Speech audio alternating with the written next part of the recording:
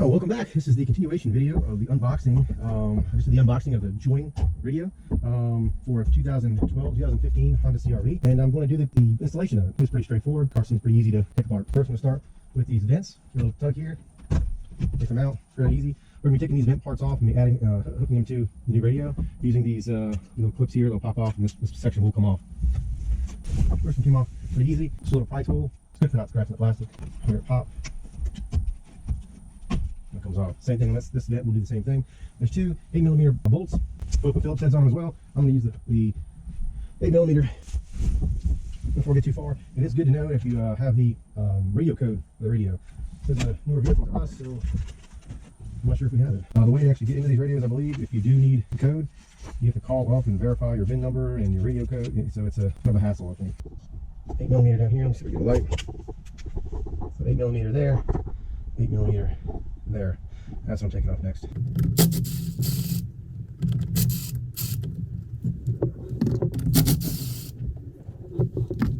That removed. This should give it a little tug. And you see there's clips behind this part. There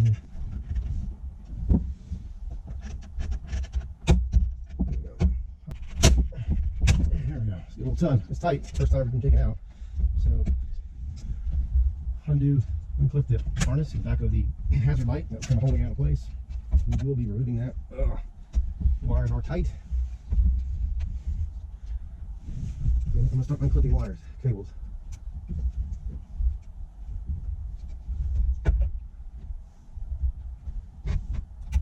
One, two, three, 4, 5, 6, 7, 8, 9. There's the old one. We probably be using these brackets on the side. Make sure you keep those. We'll be removing this hazard button as well. So there it is. Those are all the plugs. Set this off to the side. Let's grab our harness. This is the harness that came with the radio. Again, a bunch of stuff on it. All the other plugs are pretty straightforward with these little tabs. All of them are these little push tabs. Push in the back, pull them out. The only one that was different was this one. This one was, when you pushed it in, it slid over, so you had to actually, let's see, this little clip in the center there, you had to push it up or down. It releases a little tab there. Then it slid out this way. When you put it in, it slides back that way. That was the only issue. Simple enough though. We'll start with that one. Push it in. It locks in place. We have a couple different plugs. These looks like those USB plugs that we had. This one, they are different. Not sure why, but this one has two little teeth slides there. This one has one. The one with the one will slide on the one with the two, but the two won't slide on the one with the one. So one with the one, slide that on. I don't know if it really makes much of a difference, but A and a B. So those are those. They're going to plug in the back of the radio, the new radio. Next, here's the antenna. So kind of white one should plug in. I've noticed on the plugs that sometimes on the new plug, it doesn't plug in very good, and you have to kind of force it in. What happened on my original one? So there's a third USB. Not sure which one is which. These look like they go to the back one, which is down here. Not sure where the other one would be. All the plugs should just plug into each other, not each other, but in the appropriate spot. It goes there. Goes there. And this one there.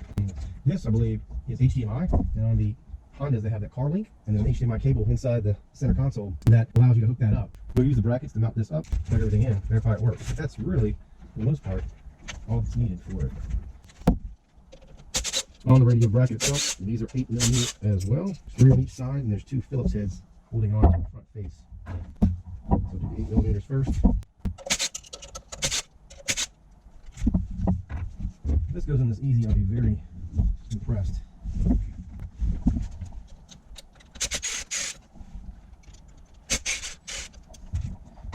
we'll break it off. And this is just a doubled-in radio with a faceplate around it. It's a faceplate for the CR-V, so you could just do a regular doubled-in unit inside here using this faceplate, and it should go in without a hitch. Not using a SIM card, don't need that. Optical out, we're not using it. We're going all factory radio. We do have, I don't know if we even need those. Those those GPS and not GPS, Wi-Fi antennas that go right here, and then there's the GPS antenna. I want to hook the GPS antenna up because I believe, someone correct me if I'm wrong, is these little brown with the heat shrink on it wires. Those are the Wi-Fi wires that I've seen in other scenarios of radios. They have it listed. So that's the Wi-Fi antenna. Someone's probably going to say I'm doing it wrong, but this navigation, this is pretty much going to be using Apple CarPlay as its main source. I have it in my car. I have this just mounted right on top of the unit, just like this, and it actually works pretty good, decent, I guess, just like that. And I don't really use the aftermarket navigation besides CarPlay, but we're gonna put it in here just to have it. And this just screws into this right here. Simple as that. And probably the most difficult part would be these brackets. I'm not sure how they are going to line up. Doing a test fit.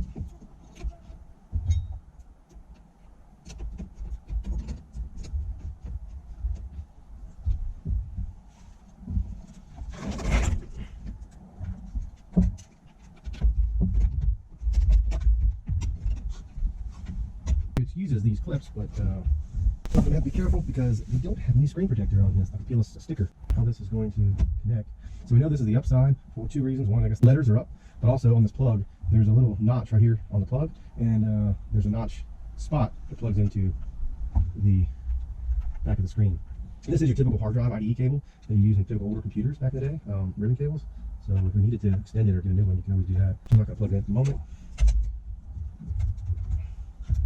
Shove that in. And I'm just going to test fit this. So, put it in place. That snaps. I don't have the clips on it, so it's not going to be in there just yet. But we're looking on the side to see where those bolt holes line up. This little screw hole is on the main brain, and then above it is the bracket. Taking a Sharpie, marking that. Oh, you see there, I'm marking the Sharpie, and we'll see if we can get something attached to that.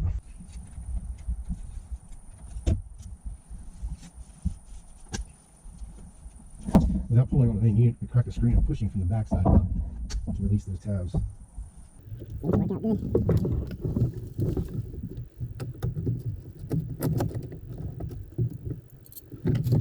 So there I made a notch where the radio lines up with. That's what I did there. Get a little flat washer, screwed it down. That's on there pretty good. So the marking just was to know where to line it up at. It looks like it lines up around the edge of this, so I'll just do the same thing here. Line that one up around the same spot and screw it down. So I got both of them on. Bracket. That's going to work. I'm just going to screw it from the original head unit, plug it in, but before I do anything, before you even snap it together, I'm just going to pull this big long cable out. Now you see the slot right here, that is for like expandable memory, I believe, so you can add a SD card for pictures or such. Other ones I've seen, there's a SD card comes with it, and it has the maps on it, but this one has maps, it's not in that slot. Not sure where it's located. Alright, let's set this in place.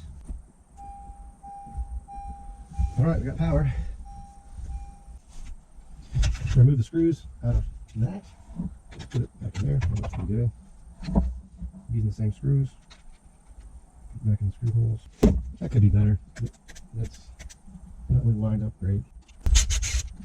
So Phillips, 3 Phillips.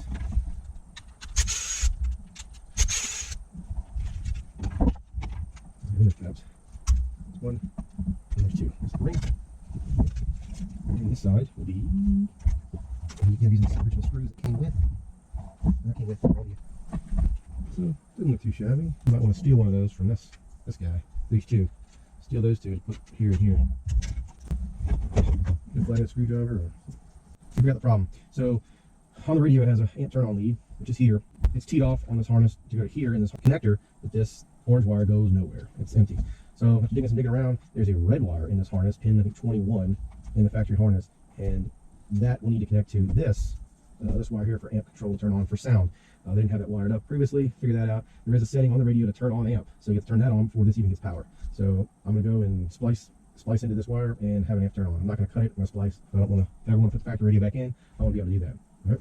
It'd be nice to do if there was an extra pin that was spare. I could pull it out and put it in that slot, but I don't see it. Now there's orange wire. You might think you can do it, but on the other side of it, it's a nice fat connector inside this harness, not the little small pins that these ones in the center are on.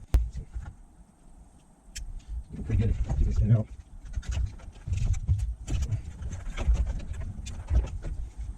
There's a little hook, a connector right back here. That's, I say connector, it's a little tab that's plugged in, and you can free it and make it a little more slack out of this cable.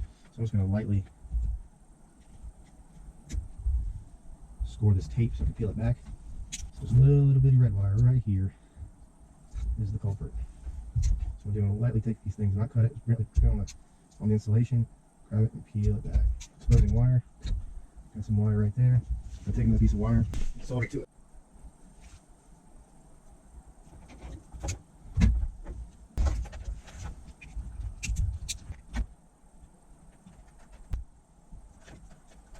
Next thing is put it back together.